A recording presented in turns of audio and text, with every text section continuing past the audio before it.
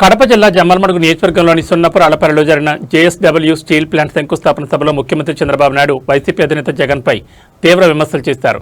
రాష్ట్ర విభజన తర్వాత అమరావతిని రాజధానిగా అసెంబ్లీలో అంగీకరించి అధికారంలోకి వచ్చిన తర్వాత 3 రాజధానుల పేరుతో ప్రజలను అయోమయంలోకి నెట్టారని మండిపడ్డారు.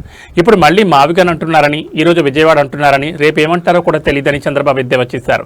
తనది మాట నిలబెట్టుకునే విశ్వసనీయ రాజకీయమని, ఇచ్చిన హామీలను అమలు చేసే నాయకత్వం ఉన్నందువల్లే రాష్ట్రానికి భారీ పెట్టుబడులు వస్తున్నాయని సీఎం చంద్రబాబు పేర్కొన్నారు. ఒక మనిషికి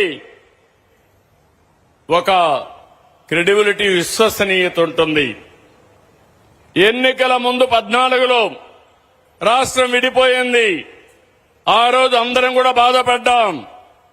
మళ్లీ రాష్ట్రాన్ని అభివృద్ధి చేయాలంటే నేను అసెంబ్లీలో పెడితే అమరావతి రాజధానిగా ఒప్పుకున్న వ్యక్తి సీఎం అవుతానే 3 రాజధానులు అన్నారు, నాటకాలాడారు. అది అవుతానే ఈరోజు అధికారం పోయిన తర్వాత గమ్మునుంటారంటే కేంద్రం చట్టం చేసిన తర్వాత మావిగన్ అన్నారు, నిన్న విజయవాడ అన్నారు. రేపేమంటారో నాకు తెలియదు. మతి స్థిమితం లేని వ్యక్తులతో రాజకీయం చేయడం నా చరిత్రలో ఎప్పుడూ నేను చూడలేదు. నేను చేసేది విశ్వసనీయమైన రాజకీయం. ఒక మాట చెప్తే మాట మీద నిలబడమే కాకుండా దాన్ని చేసి చూపించాం కాబట్టి ఈరోజు పెట్టుబడులు వస్తున్నాయి.